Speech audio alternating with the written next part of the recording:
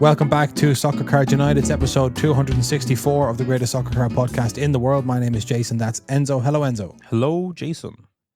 We wanted to start off today's show on a bit of a kind of a warning label, would you say? A bit of a hobby warning to go out there from you to the folk? Maybe a bit of a sobering story, maybe a bit of a cautionary tale. Maybe a bit of a reality check or a little bit of a friendly seasonal reminder for the people of the hobby. Yes. Some of you may have seen it, may not have seen it, may have heard stories, may not have heard stories, but there's a couple of things and they all kind of have the same intersection at the end of it, Jason, right? So there was a stolen card recently from the new Disney Sapphire set. A breaker and whatnot. We've been in this situation before, Jason. Yeah, I'm getting deja vu. This time it was not a Yamal. This time it was a Woody from Toy Story, Mr. Woody himself. Yeah. Woody Sapphire Selection 101 Padasha. And someone basically hit in a break, shut their whole stuff down, went ghost, started sending very crazy messages along the lines of trying to make my father have the best Christmas ever or something like that. Something very embarrassing of that ilk. A personal crisis was revealed in the aftermath, as is usual. Usually the case, no doubt about it. There was grandparents with dementia being brought into it. It was crazy. It was craziness going on. But basically, sounds like a tragic situation for everybody involved. That's right. The long and short of it is, someone was breaking kind of a bedroom breaker and whatnot, stole a card. Currently, it's been about a week, I think, or maybe a few days. The hobby feels like a lot. A few days feels like a week, but it's been a while now, and it still hasn't been resolved. So, a lot of people, it's very easy to kind of get your pitchforks out and go, whatnot. For me, I don't put any blame. Don't put much blame on the platform. Obviously, you'd hope the platform has some personal details and a few background checks. That way they can, verify. Obviously, you want kind of a higher barrier to entry to be a seller. You don't just want anyone getting on and being able to sell or whatever. But ultimately, when buying into breaks, I think you need to kind of be more cautious. Like if I go onto eBay and someone has really negative feedback, I'm not going to go near it. Obviously, there's some people with zero feedback, but that's also a reason to kind of skip over it. In general, when buying into breaks, do your best. There are so many reputable hobby businesses out there, reputable breakers out there who have such a reputation that there's probably no card they could pull that robbing it would make any sense for them, even just financially. And that's a good place to be, a good bit of leverage, kind of whatever. So be careful when breaking. Don't go, I'm on whatnot. I'm familiar with that platform. I see a Disney Sapphire. I'm familiar with that product. You need, in my opinion, you need to be familiar with the breaker. They need to have some form of track record. You're kind of out of focus there, Jason. Like, I know, I can't get back in focus. You keep talking, I'll try to get back in focus. It kind of looks like the Homer Simpson meme. You're like disappearing as if you are the breaker. You were the bedroom breaker, Jason. Just be careful there. You're back in focus. Be careful there. When buying into breaks, there's so many reputable breakers. So just be careful this Christmas, because there's no point putting money into someone for so long, and eventually, if you do hit big, they do a runner. You have to find a reputable source. And I tie that into something else, Jason, which is that recently there was an event in Germany, a card show, Card Madness. We had gone to the first year of it. It was an incredible show. Second year looked to be another incredible show. The German hobby is super strong, and the guys organizing that show do a tremendous job. We were not there, of course. We were in Ireland, enjoying being at home for a weekend, which was really nice. Yes. I don't think you were at home, but in the same. I actually wasn't at home, but but there you go. I've heard a couple of stories of people's cards being robbed. So not necessarily at the show. I think someone's car was broken into. Cards were robbed up to like 6-figure amounts. So like high-end cards. There's a lot of high-end cards in Germany. A lot of people fly in with high-end cards. So basically just people's cards being robbed. I heard a couple of stories of that. I've seen a couple of stories of that having happened. And I think that as the hobby grows, and as one of the kind of main matrices, whatever, of trying to grow it, is kind of showing people how much money is in it. When there's a big sale of the medium mile, people are going, look at this. This is this. It's a hobby, but there is huge kind of potential here for big. When you hear let's go, and people are breaking and they're pulling big 6-figure cards. When the Topps account is promoting, this person pulled a card and it was worth this much or sold for this much. Like when money is kind of at the forefront of the marketing in many cases. Yeah. That's obviously that it will grow the hobby, but with that, it's also going to grow, going to bring a light to some opportunistic people that are like, hold on, how much is it worth? You're telling me? Oh, I could look at this fella over here. Like, I could rob him. That's easy. And I do think even ourselves, Jason, when we're at the national, we're at card shows, we're at trade nights, we trust the community around us. We trust the people that we're familiar with and we see, but not everyone in that room, not everyone in that room you're familiar with. And I think just people in general, just be a bit more careful of your cards when you're going to a show, you're booking into a hotel, be a bit more cautious about how you store your cards when it's in the hotel room. Don't leave your cards in a car that can be broken into. And when you're at a trade night, keep an eye on the stuff. And it's obviously holiday season. Some people out there do need money, etc., etc. So if you're going to kind of a show, someone might be a little bit down on the luck, might be a little bit extra desperate. And many a time when you're at a show, like so many of these things are within reach. Like a lot of people don't use display cases. A lot of people just kind of aren't really paying attention. They're checking comps and their tables kind of unattended. Be super careful. Be an extra bit of caution. I love that the community is kind of so safe that people do feel comfortable around people, even with big cards. Like I've handed the Zion case off to people that I'm familiar with many times to flick through and see if there's nothing in there. But I think it is super important to just be extra careful because I think it is creeping in, and it makes sense that it's creeping in. Yeah. I think one of the most interesting things in that set of points was the fact that was the money led marketing, because I actually just was having, I guess, a conversation with myself about this. I was thinking about this. That's what they call that. Yeah. No, I have a good point, Jason. You had a yes, dialogue, Jason. Well, a little soliloquy. Exactly. Yeah, I was just speaking out loud as I was making a cup of tea to myself in my kitchen, and this is specifically about the Dublin Card Show. And just about, because we've had some inquiries from various media organizations talking about covering the card show, and we had some media coverage of the first show and all that stuff. And again, it is that thing of if we want to promote the Dublin Card Show, which of course we do, and we go out to a newspaper or a TV channel or some sort of traditional media outlet in Ireland or anywhere, and you say, your instinct, of course, just as kind of the shorthand, just to kind of cut through all the noises, just to go, look, regardless of what you may think of this, the bottom line is that little picture of that Spanish bloke is worth 100 grand.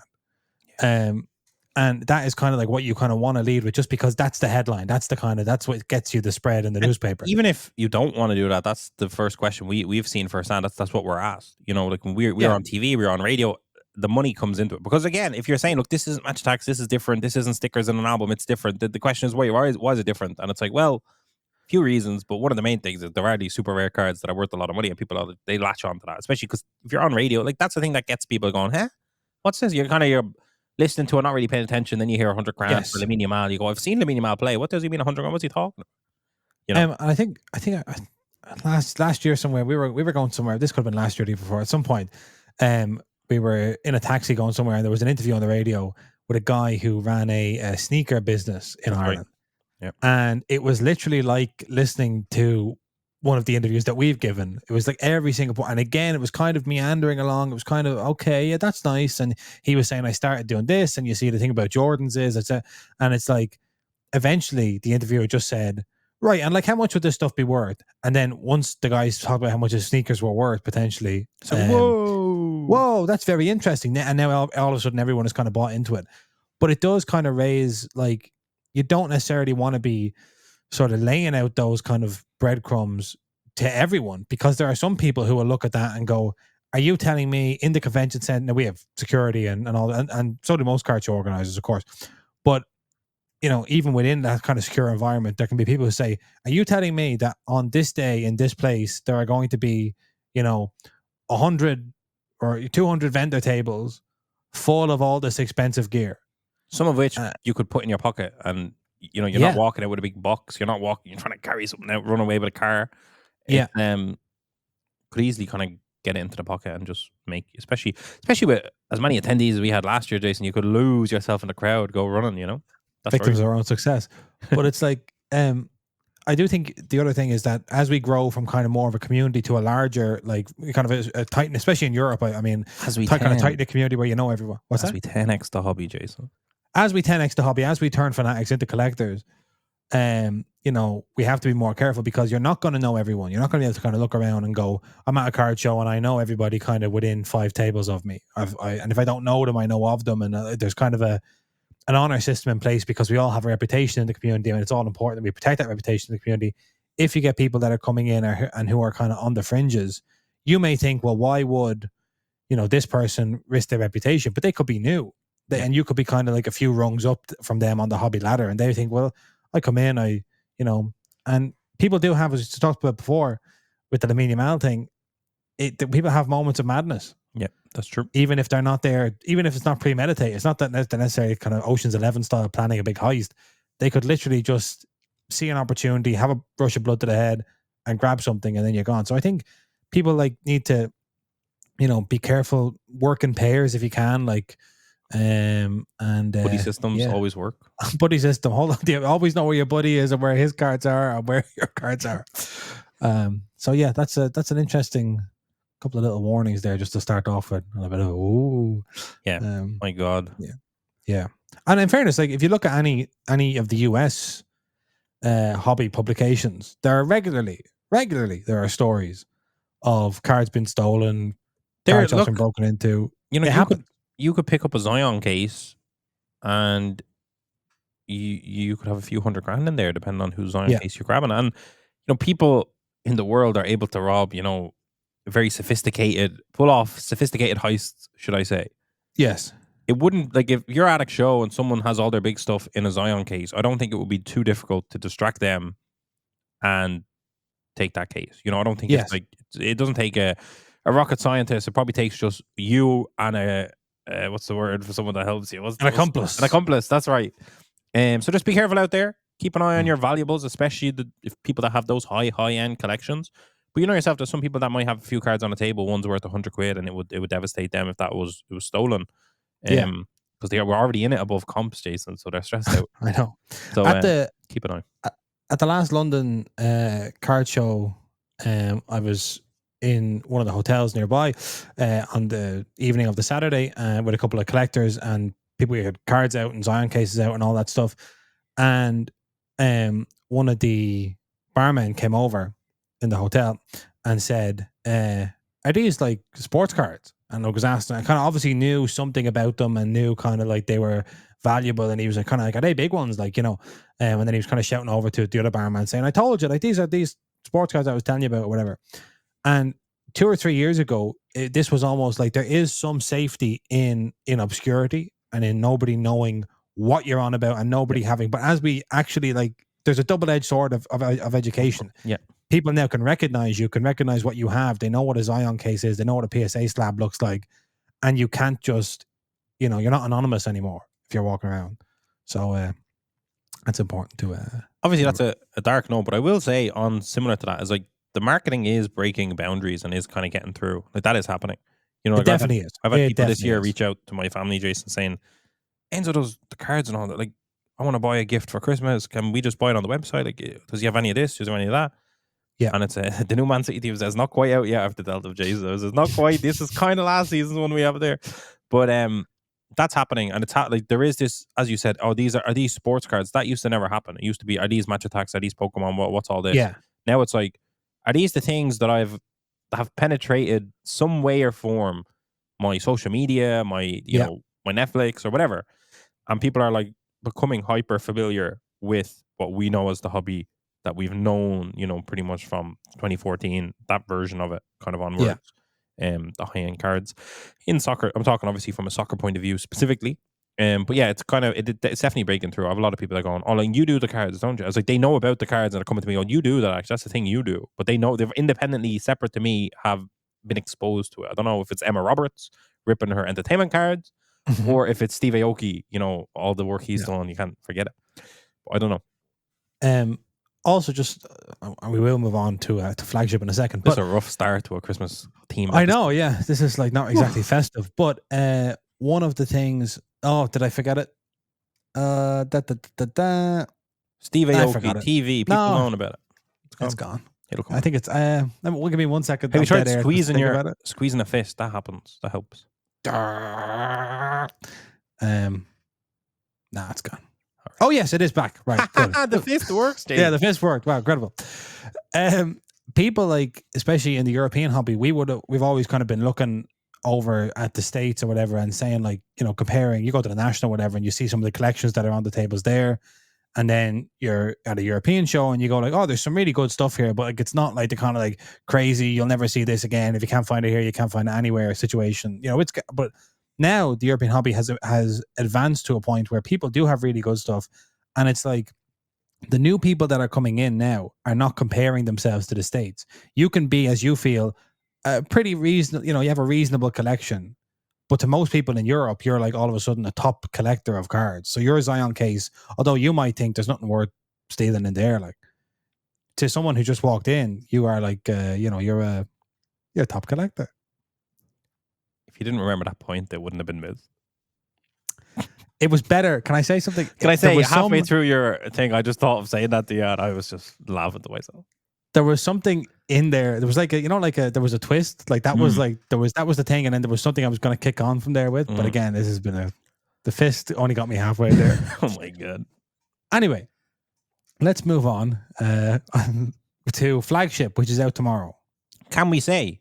To be honest, like I don't think you just said it's out tomorrow. I'm looking at my calendar, Jason. It's the 12th of November today. December, jeez, 12th of December today. Tomorrow's the 13th of December. Can I say this? We went to Fanatics Fest last year, New York City, and we had been told by someone in kind of product development, product management, whatever you want to say. I'm not going to give it all away, Jason.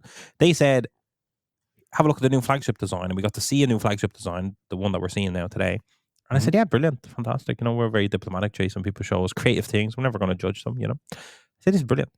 And they said, we judge them mercilessly in public later on our podcast. Yeah, we need to be in the safety of our podcast to do that, But in person, we're very friendly guys. Very fake people.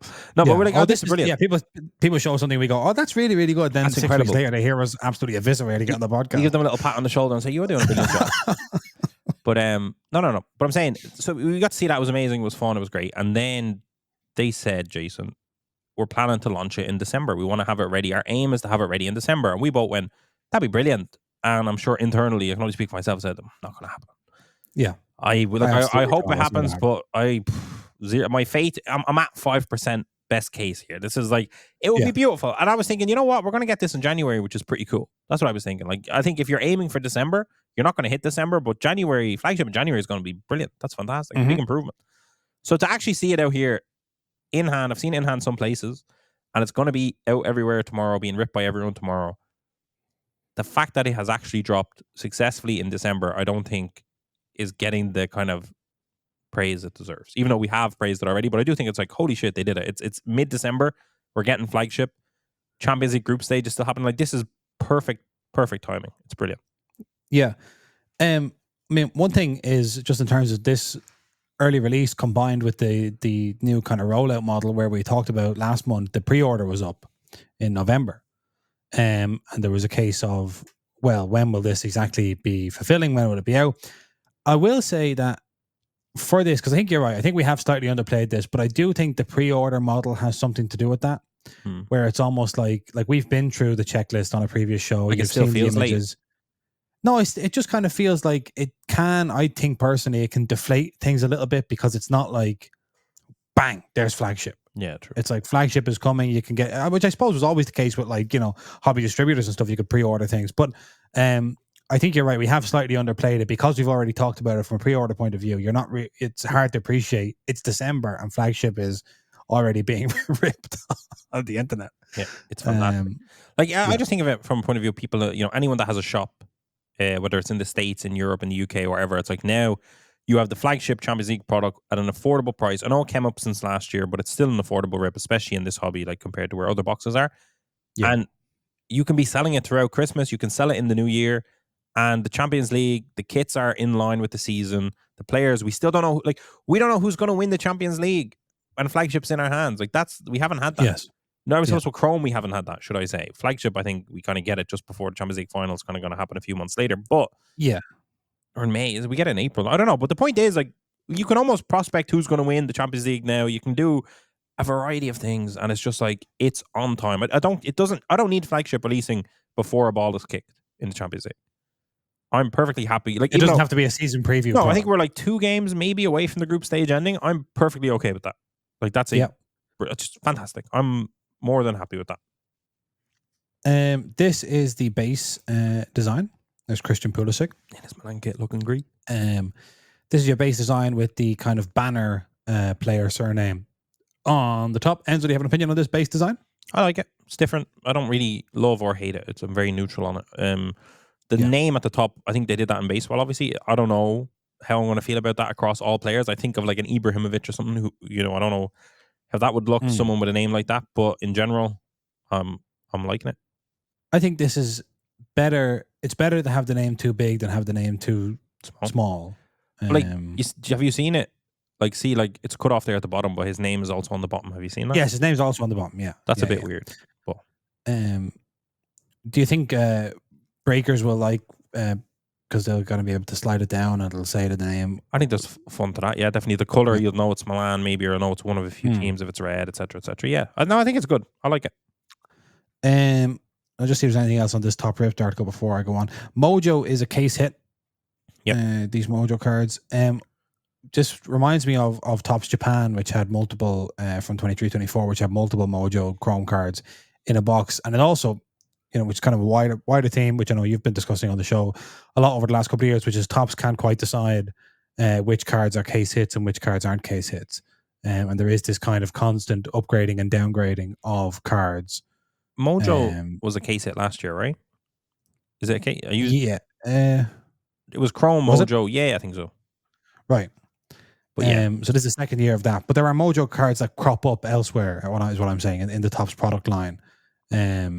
So I don't know. Obviously, this says Mojo on it, but also is a Mojo Chrome refractor. I don't know. Yeah. Just something to think one numbered about. Mojo. There's like one, yeah.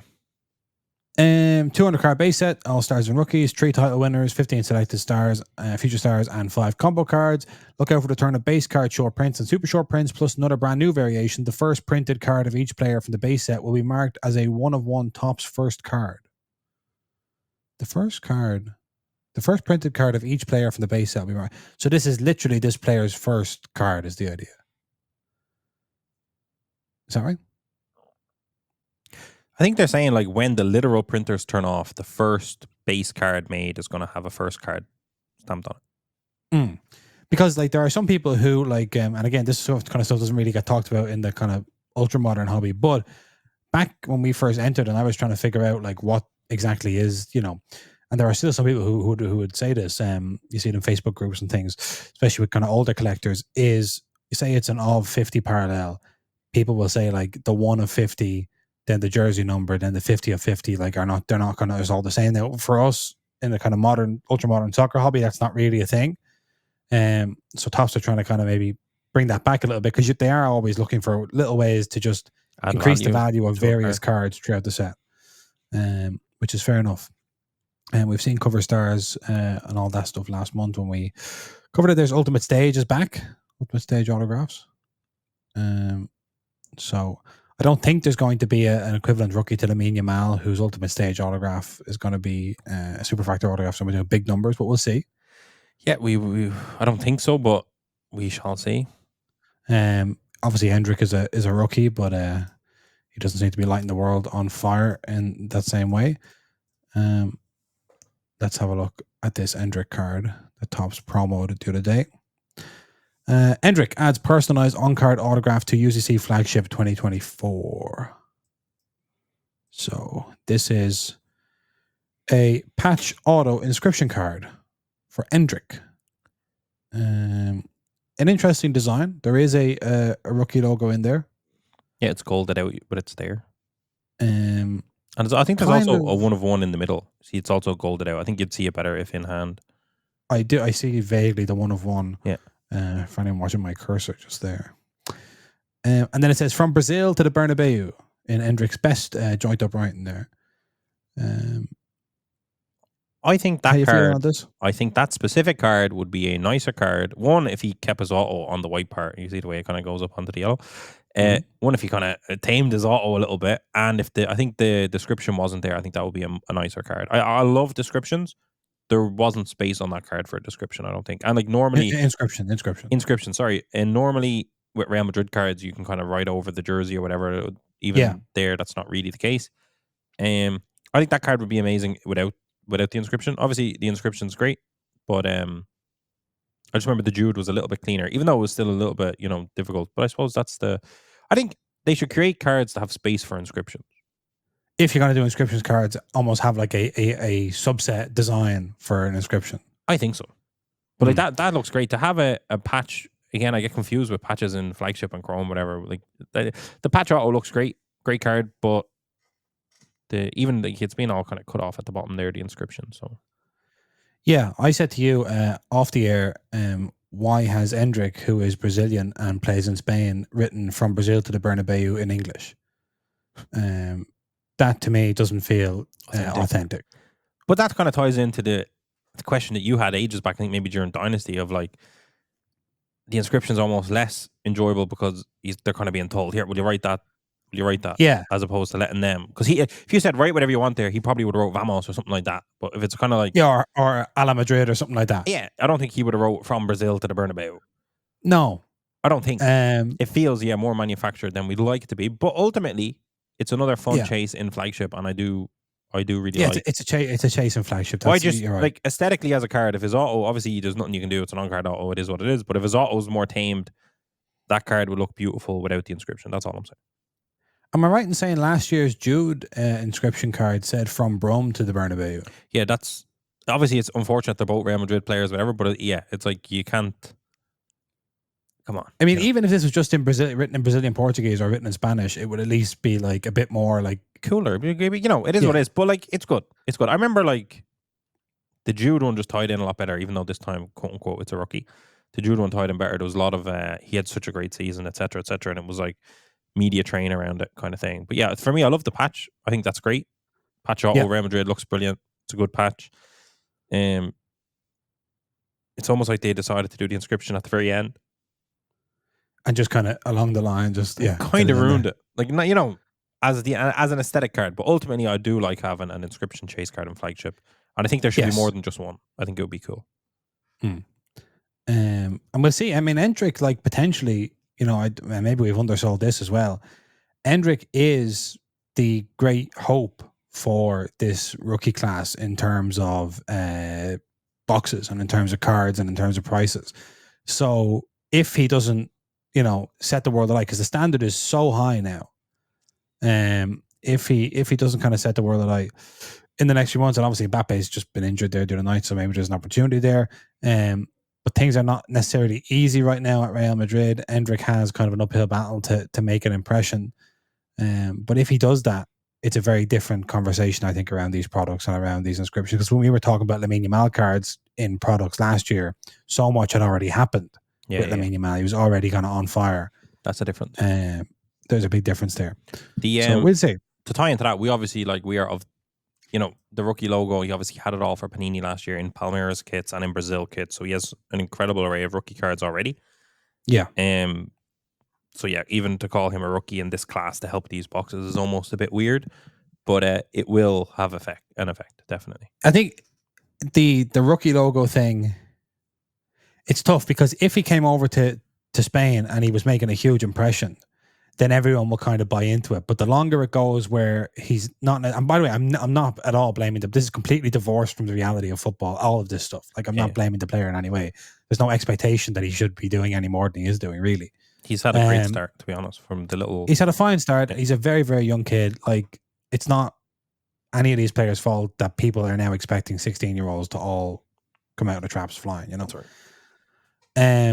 But in saying that, that being said, the longer it goes, I think you are going to start kind of hearing more and more shouts about this rookie card thing. Like, he's not even a rookie and all this stuff. And but there's also loads of rookies in this product who we don't really necessarily know who could take the lead for sure. Yeah, I mean, it says everything that Jude was the inscription card and not Lamine Yamal last year, because obviously it was like who was the big star in the set, and it was Jude at the time of kind of manufacturing. Yeah. I'm a bit concerned about the print run of Chrome when it eventually drops, because I do think the print run of last year's one was insane and it really wasn't felt. And that's tied into, obviously, the growth of the hobby, but also just Lamine Yamal doing what he did at the time. The product's released at a perfect time for everything that was happening. The Euros was on, etc., etc. I am a bit concerned that print run remains the same or increases a little bit. And I just don't know if the hunger is going to be there in the same way, obviously, without the huge chase of Yamal. So that'll be just fascinating to see how that all kind of shakes out, because it does feel like everything's tending towards higher prices, higher print run. So I don't think that combo will do well this year, unless, of course, someone starts popping off, or purely if they are able to drop Chrome a few months earlier and it gives it more time to exist, it probably can handle that. But I don't know. It seems a bit weird. The big thing about Lamine Yamal, we're going to talk about some Lamine Yamal single sales, but the Lamine Yamal and 24 or 23-24 in soccer cards as a year, like the big thing of it was Lamine Yamal, and it was incredible to see the huge single sales being completely reflected in, like, we know obviously stockcarsnet.com for all your best deals on stock car boxes. Completely reflected in the amount of units of UEFA stuff being moved, and also Panini stuff as well being moved last year. And I think that is underestimated. If you're not kind of in, if you're not breaking boxes, if you're not kind of selling boxes or whatever, you may have missed that. But there's absolutely a difference with Lamine Yamal to previous years.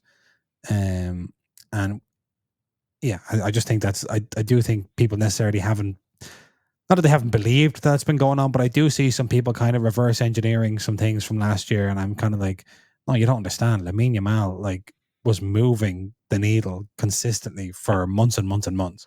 Yeah, he kept doing it. Yeah, so we'll see. We'll see. Just to say as well, I'm on Beckett here and looking at some of the autograph checklist, and there are odds for hobby, value, and hanger. So for anyone who doesn't know or hasn't heard yet, there are hanger boxes of this stuff arriving in, I don't know, stores near you, I guess. Yeah, definitely. I have no problem with there being a hanger configuration. Maybe there'll be some of them in the Fanatics store in the UK in London. Oh yeah. That's right. Do you want to tell the people why that's of interest to us? Why that was such a good segue, Jason, because tomorrow we are getting our skates on. We are going to our partners. I'm going to call them partners, even though we're not. Our partners, Aer Lingus, are going to send us, we have to pay for it, but they're going to send us. Yeah, they're going to send us, yeah. They're going to send us, that's right, to London. I'll say a business class, even though they don't have that on a Dublin to London flight. On business class, that's how we're living out here, Jason. Yeah. And we're going to go to London. And Friday evening in the Westfield Shopping Centre, or Westfield, whatever, I don't even know if it's called the Westfield Shopping Centre, the Fanatics Collectibles store in London. We are going to be there as we were invited, Jason, as invitees. We didn't win the lucky tickets. We're invitees, Jason. That's not nothing. I think it's important to say that, because otherwise people might be going, that's a bit bloody rich. Yeah, they that's won right. The tournament. We were invited. Yeah. We didn't win nothing. Yeah. But we're going to be there. And it's basically the Flagship, and I think also Paddock Pass, kind of, I don't know, release date kind of official. I think it's all UEFA Flagship related. I don't think we were invited on the premise of Formula 1, unfortunately. Right, yeah. So yeah, it's the UEFA Champions League. Dominic Solanke's not going to be there. We're going to miss him for a few days, because he'll be in the store, I think, on the 18th. Yeah. But yeah, we're going to be there tomorrow evening at the kind of official launch, the official launch day party kind of thing, I suppose, even though people are opening the product now. Yeah. So we'll let people know on Tuesday's episode if there's hangers in there, and it would be the perfect place for hangers to be, because you have those wall little hook things, Yeah, I mean, anywhere you have hooks, get a hanger up there. That's what I always say. So if someone's going to be there, if you won that competition, or you're also invited, and fellow invitees, you might see us. You might see the boys. Yep. And we'll of course be sending out updates to our socials. That's right. During that event, if we remember. If we remember. To be honest, we might not. We might forget. We're really bad at that, aren't we? We'll never get invited again. Tuesday, anything. I know. Let's go to Golden to see some recent soccer sales from the 2024 November Elite Sports Auction, which finished a couple of days ago on the 8th, as far as I know, in the wee hours of the 8th of December. And bang. So the big sale from a soccer point of view was this Pad Parasha 1-of-1 autograph of Lamine Yamal from 23-24 Topps Chrome Sapphire. And before we get on to this, I just want to ask you, and so I haven't talked to you about this at all. Did you see the email we received where some... I did, yeah, I did. I looked at it. You know what, Jason? This will show you what kind of cloth I'm cut from. I almost shipped them something. Wow. But not That's quite. Interesting. I was thinking about it. We had some loose, but I kind of said, geez, you can't. Wrong approach. Couldn't set the precedent. I don't want to be too disrespectful, because I'm sure anytime. No, not at all. No. I just wanted to ask if you saw that. I did, yeah. You don't want to get into it, no? Well, I suppose I want to tell people one detail. The kind of one detail I that stuck to you. That stuck to me was, we got an email. Someone said, "Hey, I think it was a birthday coming up or something like that. Birthday on the 18th or 28th. My birthday's coming up. I'm just wondering, would you be interested in gifting me a box of cards, right? But not just any box. Specifically, 23-24 Topps Chrome Sapphire UCC. Yeah, it's the 28th of December. We have plenty of days to decide, Jason. And I just thought that was so funny. Like, I absolutely have no problem with someone like, chancing their arm. Chancing their arm, trying their luck. That's absolutely fine. Occasionally people have caught us on good days and, they've ended up with something. They've caught us on bad days and they've ended up with a scolding. On a But I podcast just that thought it was, ruined their life. yeah, but I just thought it was so funny to be like, can you gift me a box? But specifically that one, that is very expensive. They clearly difficult kind of copied and pasted from the website. I think that's what kind of stuck. So you had I'll read the exact without names. I'll read the exact. Yeah. Hi, on the 28th of December is my birthday, and I was wondering, could you gift me and then in bold, because it's kind of been copy and paste, 2023-24 Topps Chrome UEFA Club Competition Sapphire Edition Hobby Box. I would really appreciate it. Thank you. I know, like, listen, it was perfectly fine. I assume, like, what we're missing here is what age he's going to turn on this birthday. I assume it's not going to be. I mean, to be honest, in this hobby, you never really know what age it could be. Yeah. But, no. But what I just love is that the copy and pasting the name of the product from Google or from the product page, because God forbid we send you the wrong thing for free. Yeah. Like, I was thinking, like, if we got his address and we shipped him like a blaster box of Chrome, would he be fuming? Yeah. That's I just love that. This is not what I want. So no, it was good, a valiant effort. I actually considered it because we had some loose ones, and I was like, do we have a ding dong that, although it would be, very generous gift, very generous, yeah. But I was in the Christmas spirit a little bit, and then I said, nah. Yeah. So I just want to say fair play to that person, because there's a lesson there for us all in going after what you want, knowing what you want, and not being afraid to ask. And visualizing it. You never know. Like, his parents might. Yeah. We might sell a box on our website, Jason, in the near future, and it might be his parents. Yeah. Or maybe he's turning 50. No, yeah, we honestly don't know. We don't know. But I just, I love that. Because if that was me, if I was doing that, I would be like, if there was any way you could, see your way to gifting me anything at all, like, just would be so nice. Like, because whatever. The fact that he knew what he wanted was just brilliant. Yeah. So that's all I wanted to say. And please, if you are that person, don't write in and say that we were, being mean. We're not. We're not. So we're not. And it's up to us to decide that, by the way. $74,000 with a buyer's premium, a $61,000 winning bid, and the buyer's premium is applied on top for this Lamine Yamal. Obviously, less than the equivalent superfractor from Chrome, but that's pretty standard. But I think it was significantly less. I think 50k, maybe less, maybe 50, 60. Yeah, 120 versus 75, yeah, something like that. Definitely. Lamine Yamal obviously has had a good start to the season, was injured for a few weeks where Barcelona suffered a pretty serious downturn in form, and then came back and has been performing well ever since. Do you think this is a good price? Do you think it's a sign of the difference between Chrome and Sapphire, or is it a softening of the Lamine Yamal market? Honestly, I think because of the Barcelona kit, that card just looks beautiful. It's like an almost color match kind of vibe. It's brilliant. Yep. People do prefer superfractors to Padashas.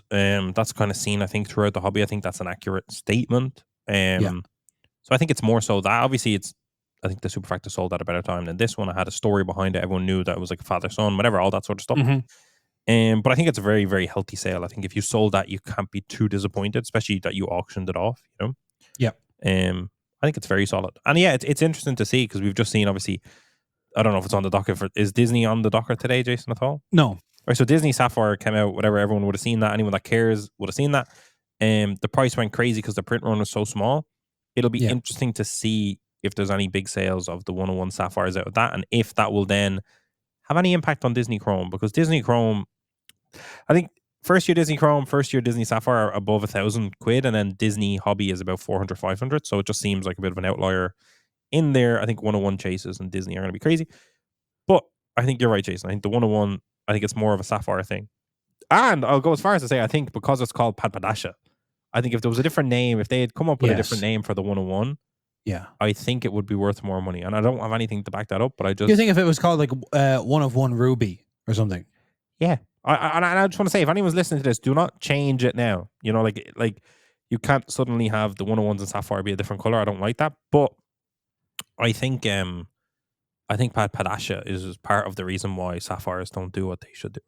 That's very interesting. Because I like that a lot. I would like to see like sales data between like an OB5 Sapphire and an OB5 Chrome, and see, are they as far apart as the 101s are? Or does it kind of widen out at the... Because I think because it's still red, right? It's a red Sapphire and it looks brilliant. So is it that? I think that's a good way to figure out if Padasha is doing it. But obviously, if the 101s have a disparity, people use that to try comp it down the ladder as well. Yeah, So yeah, that could yeah. obviously, the 101s are obviously dictating that as well. So who knows? But I would like But for those eggheads out there, that could be some interesting and I analytical think work to do. counterintuitively, Yep. even if a box of Sapphire is more money than a box of Chrome, the hits in Chrome tend to be worth more money because there's longer odds to hit them because there's more boxes. It's a bigger hit. Yeah, the thing that makes the boxes less valuable is also the thing that makes the actual hits, the true red, valuable. The true gold, worth more money. So fascinating. Yeah, because like you could kind of just go like it's almost like if you want it's not quite as pure in terms of like pack pulling and chasing things to just go in and buy. It's almost like, like you get a Pokemon or whatever that's worth like $1 million. It's because like they made a billion zillion packs of this stuff and you hit the one Charizard that doesn't have a whatever, So. Yep. Or on the flip side, the thing that confuses me is that a lot of the Pokemon cards that are worth the most were like event-based cards where there was only 2 or 3 or 4 made or whatever. Okay, so that would so that throws me off. It's all very confusing. But in general, if you look at like Disney Sapphire, the lowest number is 50. Same with Women's Sapphire, lowest number is 50. And therefore, I think anyway, an of 50 in Chrome is worth more than an of 50 in Sapphire sometimes. It's confusing. Yeah, exactly. There's always a caveat of sometimes, except when it isn't. Yeah.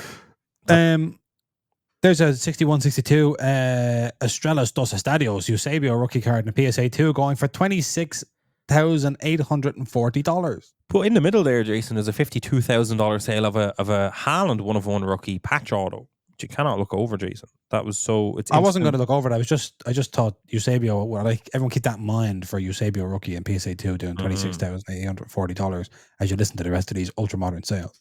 Sorry, Jason.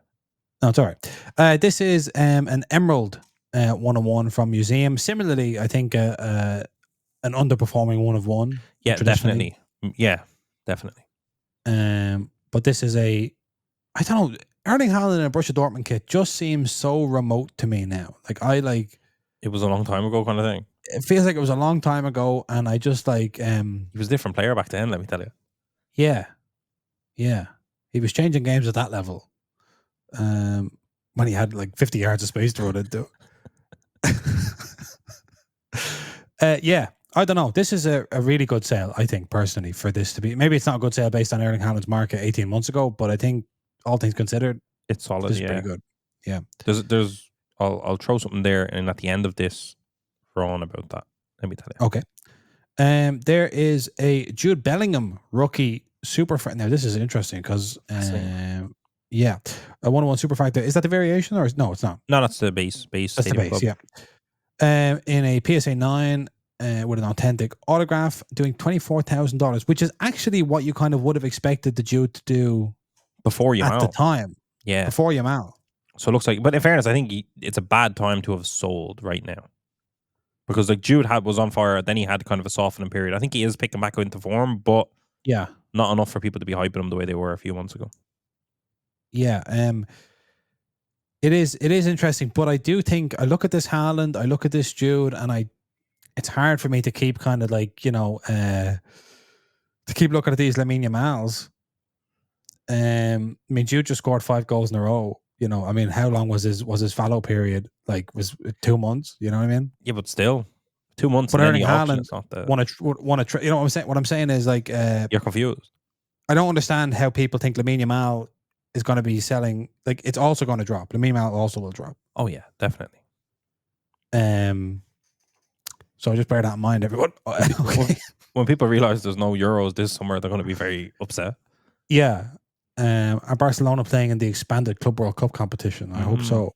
Can I say the Lamine Yamal Marks of Excellence, incredible sale. Again, the Marks of incredible sale. I love the actual respect that has been put on card rookie autos in soccer, mainly because we don't have them, but they really have got premiums to them that, again, remember when we were checking if they were undervalued or overvalued and we were shocked by how well they were selling? Like, yeah. I really think... Yeah, somebody and we said, no, they're doing fantastically. Yeah, I thought these were going to be a lot cheaper than we thought. So yeah, no, the Lamine Yamal Marks of Excellence, I think, are one of like the biggest success stories out of last year's products. Was Marks of Excellence coming out, having a rookie, having it on card, and it's performing incredibly.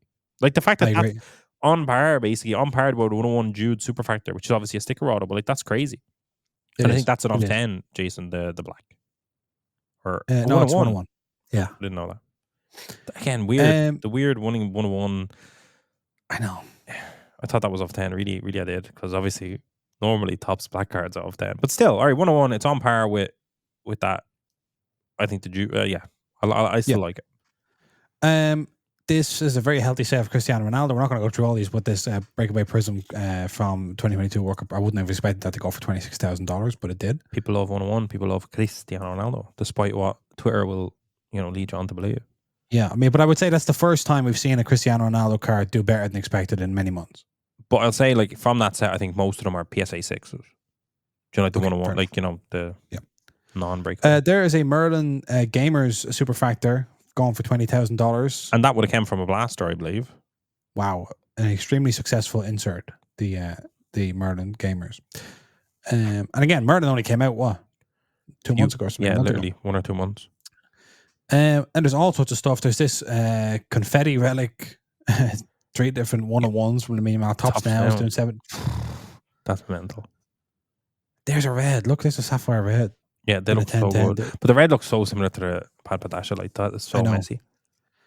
Then there's all sorts of other stuff. The interesting results here that we don't necessarily have time to go through. But that's a second red. I think PSA 9, yeah. And a PSA 9 doing $12,000 less. Yeah. Wait, what's that red chrome? Look at the red chrome. What's that? What grade is that? It's a 10 no auto grade, and it's doing $10,000. So that was 9.5, and was the red sapphire more? Yeah, it was 19. But I had no auto grade. Yeah, there you go. I'm telling you, Pad Padasha, change the name, people.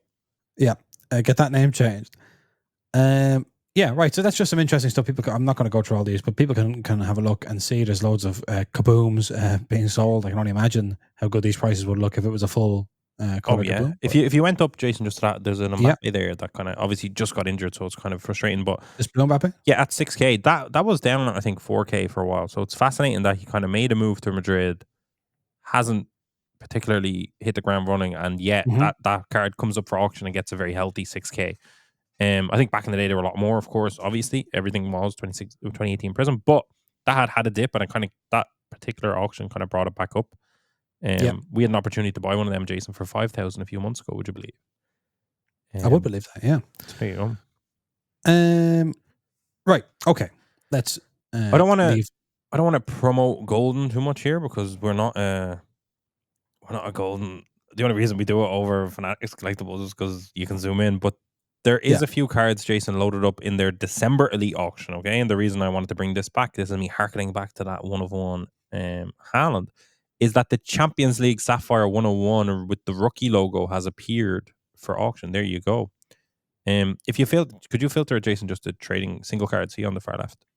I could, if it was just...